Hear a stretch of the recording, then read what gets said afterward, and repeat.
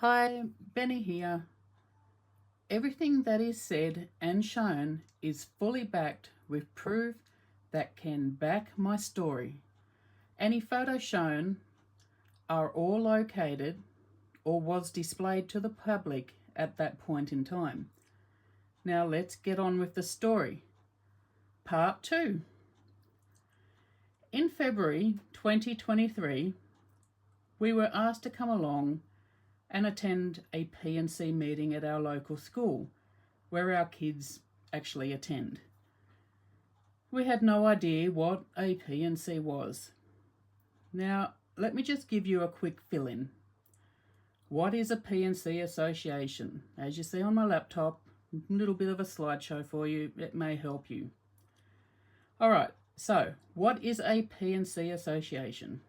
Right, they are a group consisting of parents and citizens in a school community whose purpose is to assist the school and promote the interest of the entire school committee. Okay, now what do P&C associations do? P&C associations work in close partnership with their school to achieve the best possible outcome for students. P&C associations consult with parents, community, students and school staff to identify the main needs of the school and plan how best to meet those needs. P&C associations raise money specifically to provide the school with extra resources, equipment and facilities that are not covered by our government funding. This money raised is for the kids of the school. So not knowing who ran the P&C or what the P&C actually did, we thought it would be interesting to go. When we arrived at our first meeting, there was roughly about 10-12 parents, including the school principal and the vice principal. They talked about providing money for school buses and buying items for the school. The meeting lasted for about an hour or so. In March 2023, the second meeting that we attended, there was a thing called the AGM, which is an annual general meeting. So this AGM is held every March each year. At the AGM, new executives, so executives are elected individuals who hold specific roles within the association and are responsible for the management and the operation of the P&C. These executives consist of one president, two vice presidents, one treasurer, and one secretary. Besides the executives being elected at the AGM, subcommittee members are elected for the canteen subcommittee and event subcommittees. Each subcommittee consists of 6 committee members. One president, being the executive, treasurer also an executive, the principal of the school, and 3 P&C committee members. One secretary, obviously, to write down all the minutes for the meetings and keep note of what's been going on. At this AGM, Benny, myself, was nominated for the position of secretary and was voted in. The secretary has numerous roles in the P&C, which include, but are not limited to, taking minutes at all meetings, writing up the meeting minutes and distributing them to the members, deal with all correspondence, maintain records, maintain and update social media such as Facebook and whatever else it's attached to, ensure all rules, regulations and laws are up to date. Now the role of the president is but not limited to ensure the P&C operates within the time work of its constitution and relevant bylaws and regulations, chairing meetings, provides overall leadership, acts as a link between parent body and the school, and supporting volunteers. The role as treasurer is but not limited to maintain all financial records, present financial report at all general meetings, ensure proper procedures are in place, make sure all employees' wages are paid, superannuation paid, tax withheld, group certificates provided, and pay slips provided each week as per the law. Make sure audited reports are submitted to the appropriate place when required. Note that this is a business, and as with any business, it has rules, regulations, and laws to follow, but is run by volunteers. The decision makers are the members of the P&C. The executives implement the decisions made by the committee members. Note, all information can be found on Google or the Federation website itself. The P&C Association can rely on guidance from the P&C Federation if required. Now, bullshit. All will be explained as I go along. What is the P&C Federation and what do they do besides fuck all? The P&C Federation, Parents and Citizens Federation, in New South Wales, Australia, is the representative body for all P&C associations in public schools across the state. It aims to support and advocate for these associations, which are volunteer-based organisations that bring together parents, citizens and teachers to enhance public education. The Federation works to promote public education and help community involvement in schools. Now, here is a more detailed breakdown of their function. Support and resourcing. The P&C Federation provides support and resources to help P&C associations manage their activities effectively, including financial management, fundraising, and navigating legal and administrative requirements. Well, this is what is meant to happen. Later, see what actually happens. We have spoken about what the P&C is and does, and what the P&C Federation does. Now let's talk about the role of the executives as a collective. These executives are not paid employees or CEOs of a multi-million-dollar company. They are just volunteers, just like all other members. The executives are voted in by members. P&C executives cannot make decisions for the association. Their primary role is to carry out the decisions made by the general P&C members at meetings and to manage the P&C's daily operation.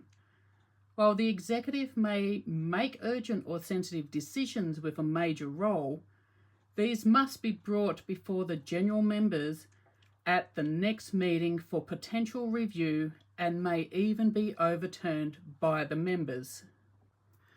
Some of the roles of the executives are managing operations, urgent decisions, reporting to members. Now, this reporting to members says the executives must report on all actions taken to all P&C members at the next scheduled general meeting.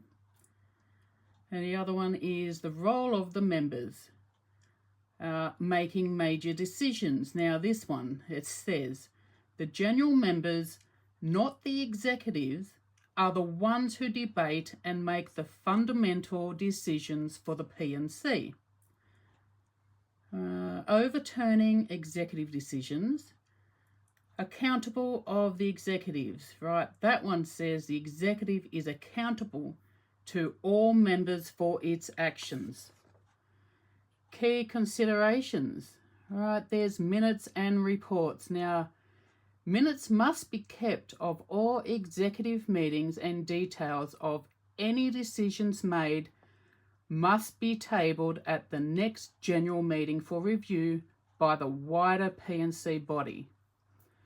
Now, our story or nightmare begins. The following is what happened to us during my short time, or our short time, my husband and I, in the P&C Association.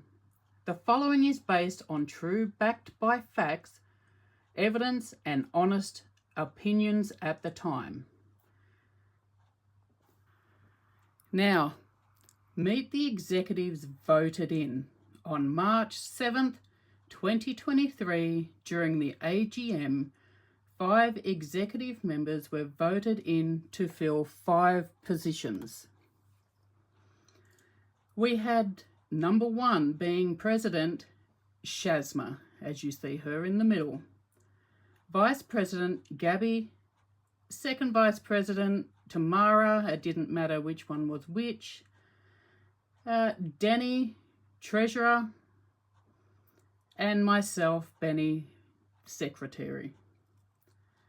After new executives were elected, a handover is then done from the old executives to the new executives.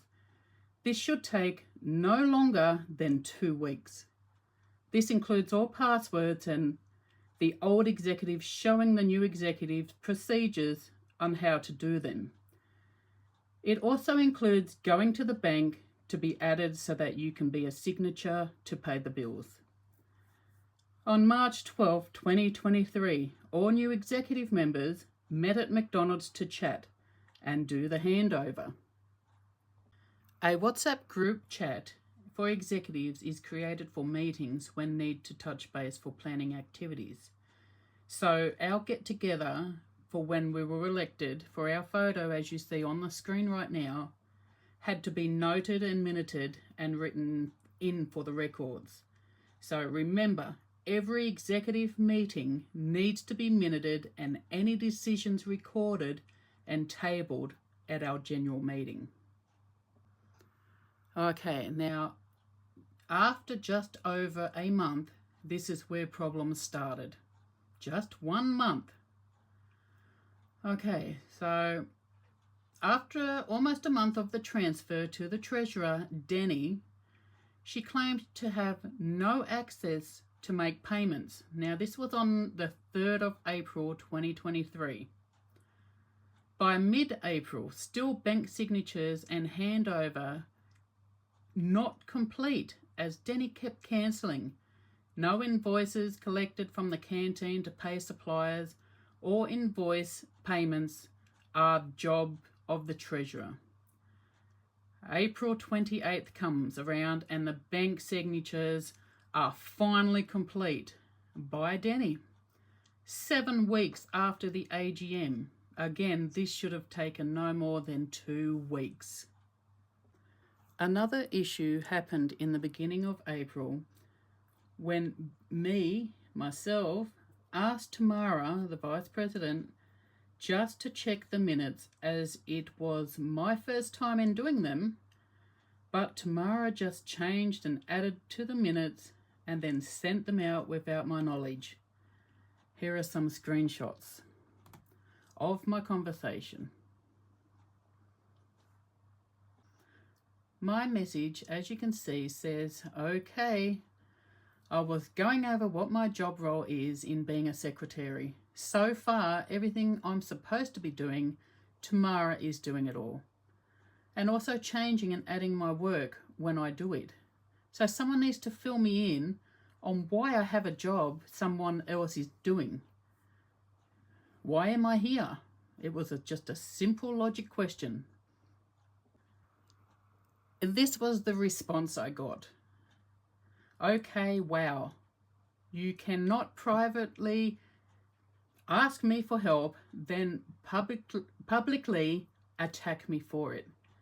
You asked me to look at the minutes after you'd done them, which I did. I changed the spelling of a member's name that you have incorrectly recorded and added reports that you failed to even add, though I had shown you where to find them.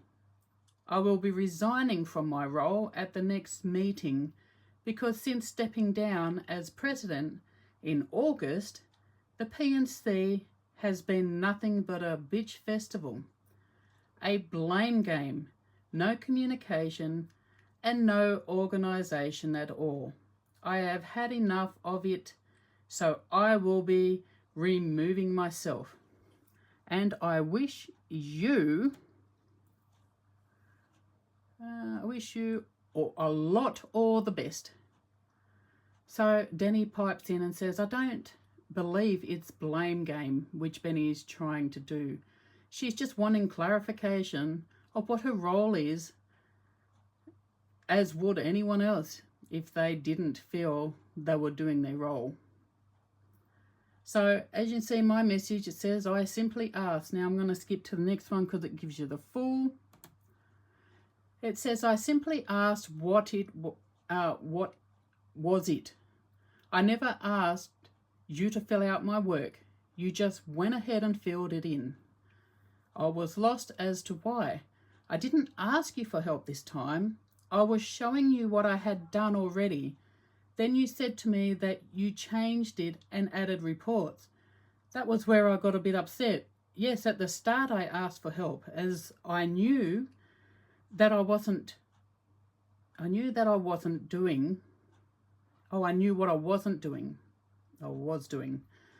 But this round, I didn't. Okay, so I didn't know what I was doing, but this round I did in some ways. Just showing simply, you just simply took over like everything else I'm supposed to do. Why did you vote me in for this job if you were just wanting to do it all yourself? Just seems pointless. Me even being part for nothing.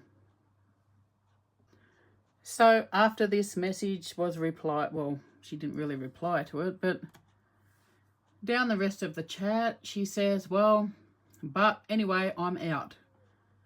I think they wanted for the pricing, I don't know what that was about, something that was discussed earlier. Anyway, Shazma, she's supposed to be our president. Tagging Denny, so we need for pricing, okay, so don't worry about that. That's just for the canteen and whatever else is going on. So Tamara, she tags Tamara, our president. Says, I don't blame you for wanting to step down. I'm also thinking about it as well. This is a joke and I'm too stressful. Oh my goodness. Tamara's like, I've been on the PNC for 4 years, never had so much bullshit and bitchiness. Yeah, right, okay. There you go. That's part of the message that we went through. Okay, so Tamara resigns from the PNC. On the 2nd of May, her official resign came through to the email account at the PNC. All right, so... But she didn't leave quietly, though. Oh, no. She had to stir more trouble, get more attention. She wasn't getting enough, so she had to get her centre of attention back. So here we go. It says here, on May the 11th, Ian received a phone call from his work from his supervisor about a complaint that was made against him for being rude to a woman crossing the road. So Ian works as a crossing supervisor at the school. For those trying to catch up, Ian is my husband, so he was being accused of a lot of crap, bullshit, whatever Tamara could spread, Ian was suffering with it. So we did a mediation was organised to have Tamara removed from the PNC because of all her lies and bullshit she was causing. So during the mediation, so on the 28th of July 2023, Tamara admitted calling Ian's work and making a complaint on behalf of a so-called lady Ian was rude to. Tamara also admitted to sending Gabby the second VP, a screenshot she made up about a personal issue that involved Gabby's brother that I went to school with, causing conflict as Gabby was not on good terms with her brother. So she caused a lot of problems between me and Gabby after that. Also, during the mediation, Tamara was also concerned about Ian having the school gate key.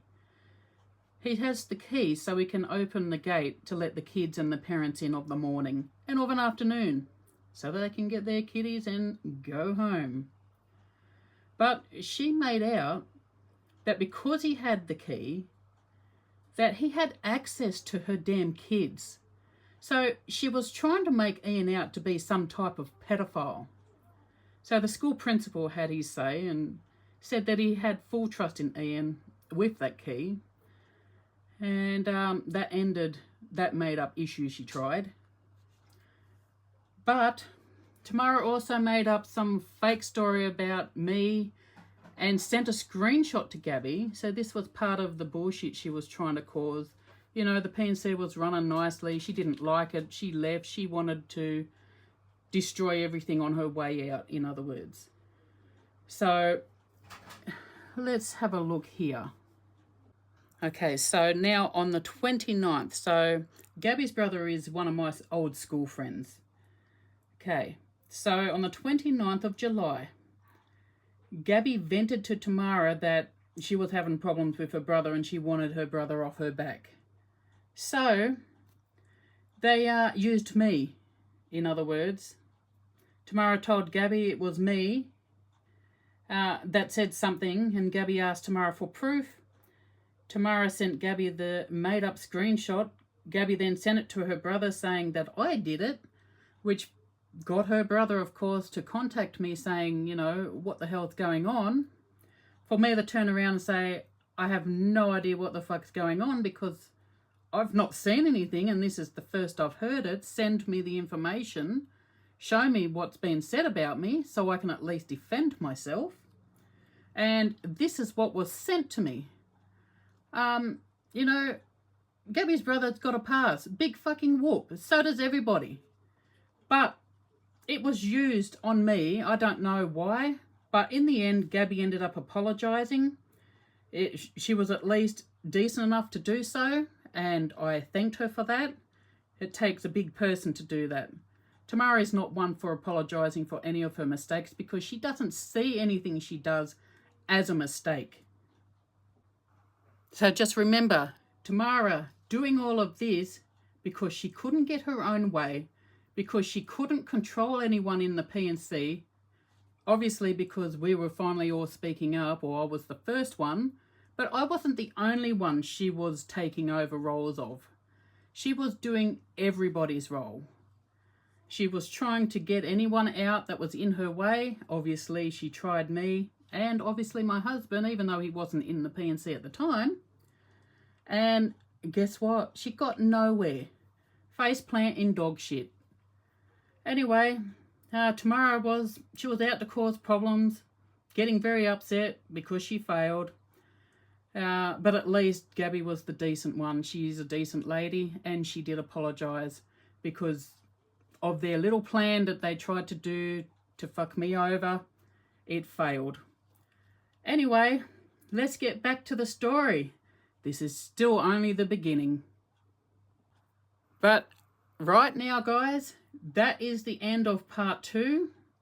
Our part 3, well, hopefully it won't be too much longer after this one. I've just got to go through, mark a few things. If you didn't know, I am reading it because there is a ton to go through. So give me a few more hours, maybe a couple of days, and I will get part 3 out. Trust me, it is worth hanging on to. You're not going to want to miss this. I will talk to you guys soon. Bye.